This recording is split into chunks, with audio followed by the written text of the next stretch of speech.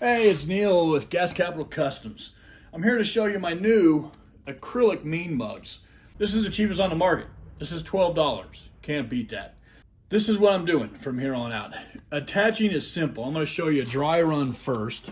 All you do is just line it up on there and push it behind your fairing and kind of get where you want, get an idea. And once you're ready and once you feel confident, peel off the backing on the 3M tape.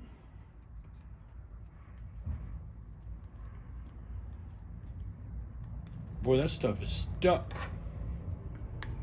There we go. And then same as you did before. Line it up, slip it up underneath your fairing.